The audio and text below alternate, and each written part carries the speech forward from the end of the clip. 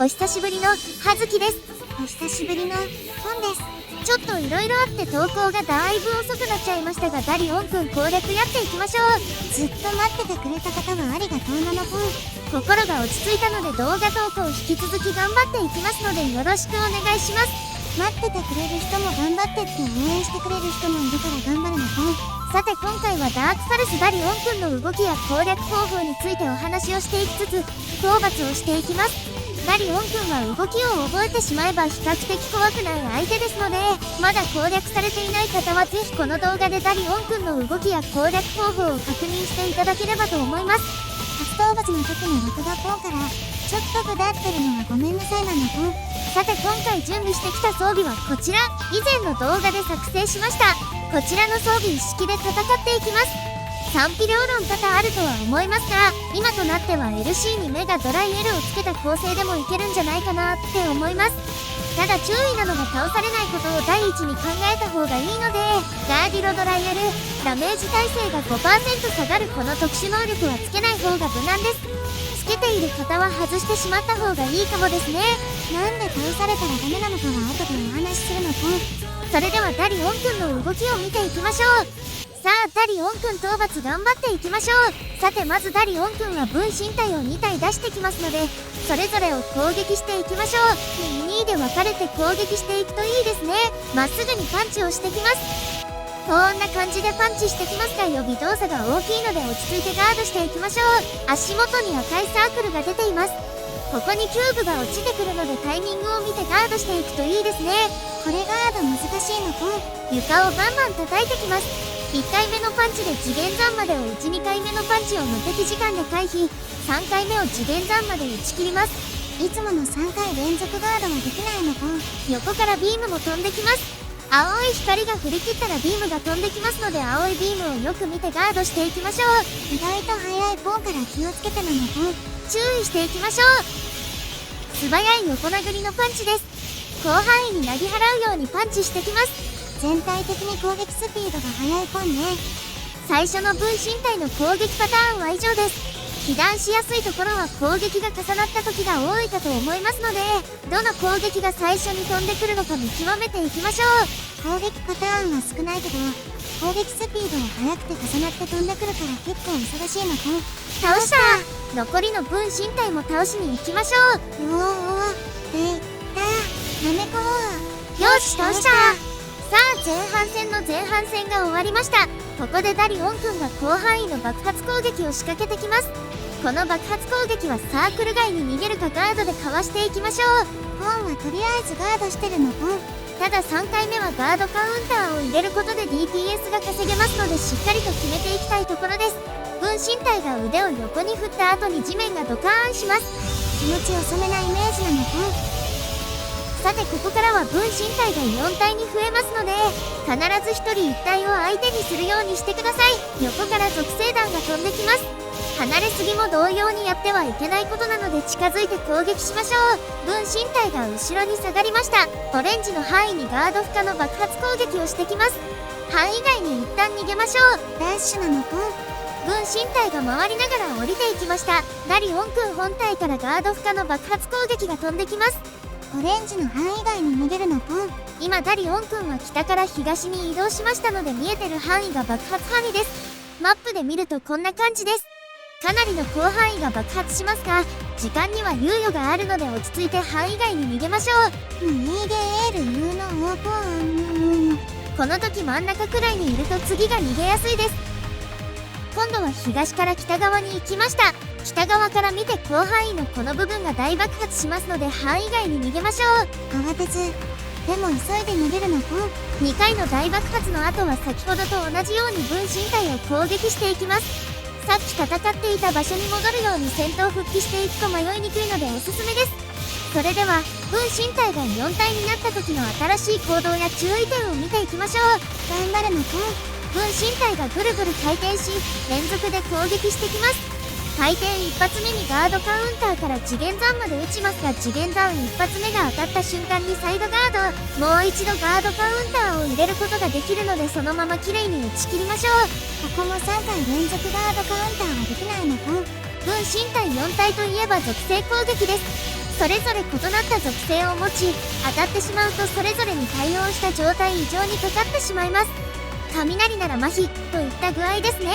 非常に厄介なのでできる限り当たりたくはないところですが、属性攻撃それぞれで着弾までの動きが異なりますので、一つずつ動きを見ていきましょう。2回目の大爆発が終わりました。もうちょっとなのぽん。引き続き攻撃していきましょう。あ、このキューブの攻撃、違い分かったかな？何がさっきと違うのぽん？ね、さっきのキューブ攻撃と比べて遅くなってるのよ。そうなのぽん。気づいてなかったのぽん。と思ったからこっちがさっきのキューブ攻撃ね。とっても速いのぽん。このキューブ攻撃って速度変わるのぽんね。だね。今ダリオンくんってここにいるのね。だからマップ上だとここにいるってことになるんだけど、この位置からだと速いキューブ攻撃は上の2箇所、遅いキューブ攻撃は下の2箇所にってことになるのね。ダリオンくんが近くにいるとキューブが遅く、遠くにいるとキューブが速くなっちゃうってことぽんね。そういうことだね。ちなみにさっきの速いキューブ攻撃はダリオンくんがここにいたから速かったってことね。覚えておいた方が良さそうぽんね。分身体4体の時に被弾しやすいポイントはこういった時、ビームをガードしちゃうとその場にとどまってしまってオレンジの爆発に巻き込まれるから、この時は急いで範囲外に逃げましょう。とっても意地悪攻撃なのぽん。豆腐厚揚げなめこよーし倒したのぽん。さっきからその変な掛け声は何なの？今食べてる味噌汁の具なのぽん。あ、そうなのね。それでは残りの分身体も倒していきましょう。よいしょ、どっこいしょ。いよいよやってきました。ダリオンくん最大の見せ場のフェーズ3に突入です。武器をモバイルキャノンに持ち替え、銃と剣で戦っていきます。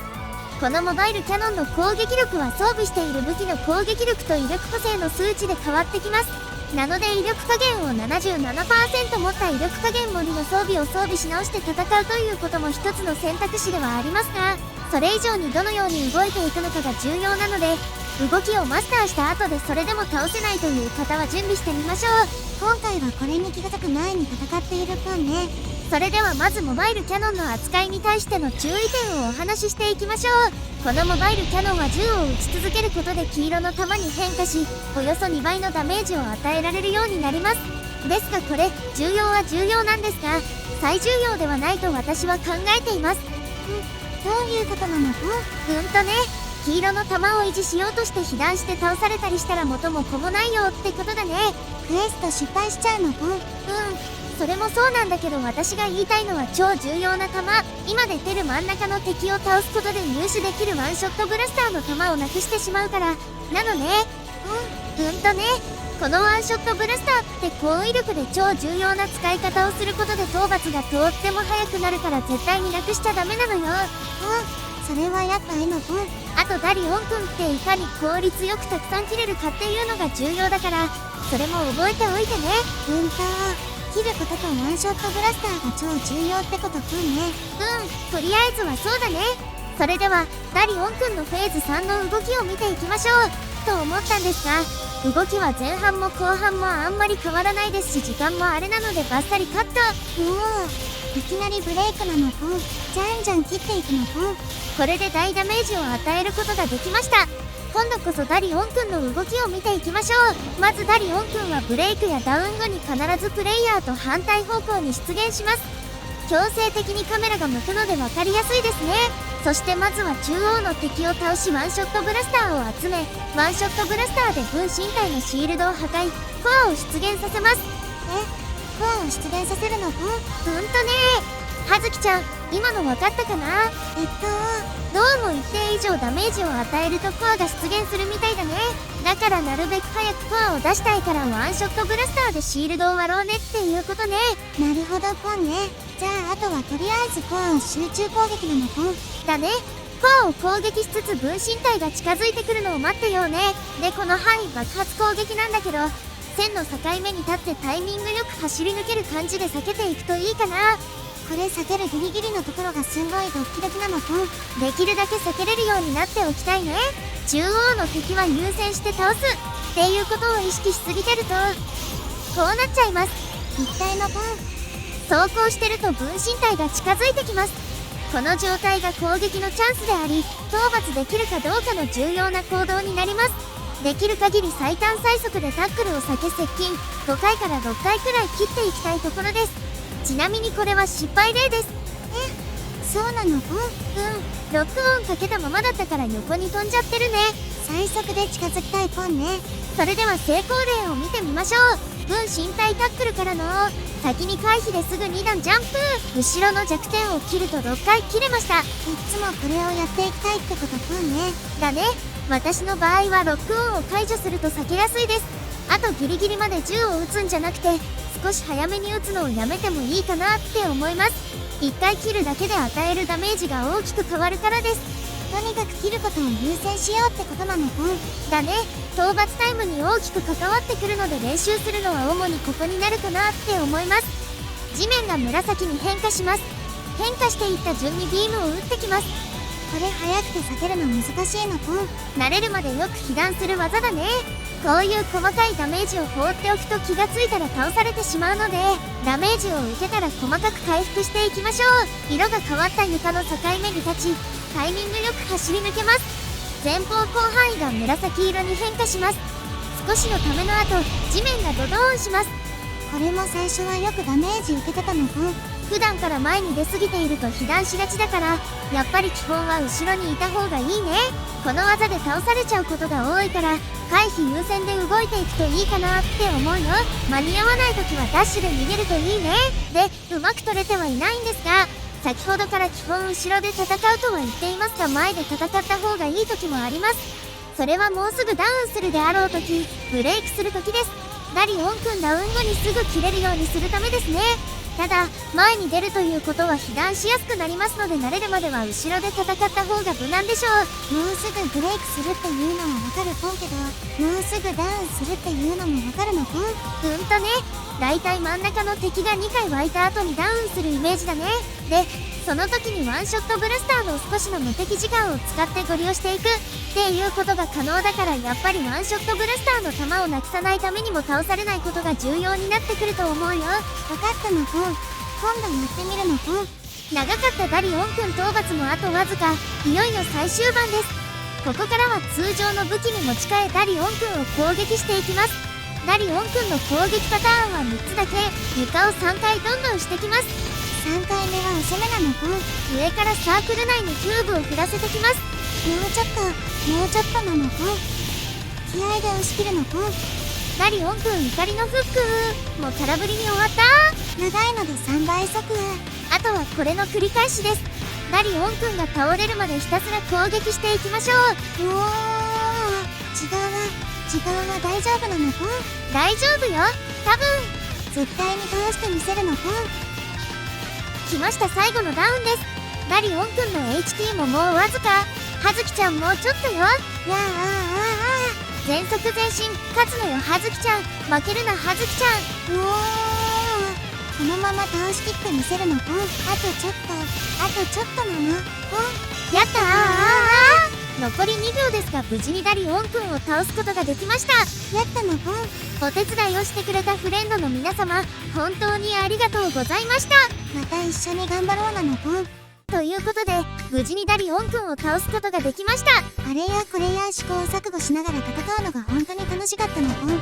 最後にダリオンくんと戦うポイントとしては、流れ弾が他の人のところに飛んでいかないようにするために、分身体4体の時は各1体につき1人で相手をしてタゲを取っておくこと、後半戦は切ること、そしてワンショットブラスターをなくさないために倒されないことを意識して立ち回っていきましょう。そして巷では DPS はこれくらい必要みたいな基準があると思いますが、このダリオンくんとの戦いにおいては後半戦で大きく討伐タイムが変わってきますので、諦めずにまずは倒されないことを意識して挑戦してみてほしいなって思います。とりあえずは LC 一式で行ってみて、それでもダメなら強化。そんな感じで大丈夫かなって思うのポン。それではレアドロブーストもかかっていますので、ウィンガルド掘りを頑張っていきたいところなんですが、なんかあるのポン。ちょっとウィンガルド武器について思うところがあるのよね。新しいレアリティ11武器っぽいよね。最強っぽいよね。まあそのお話を次回しようかなって思います。なんか気になるのポン。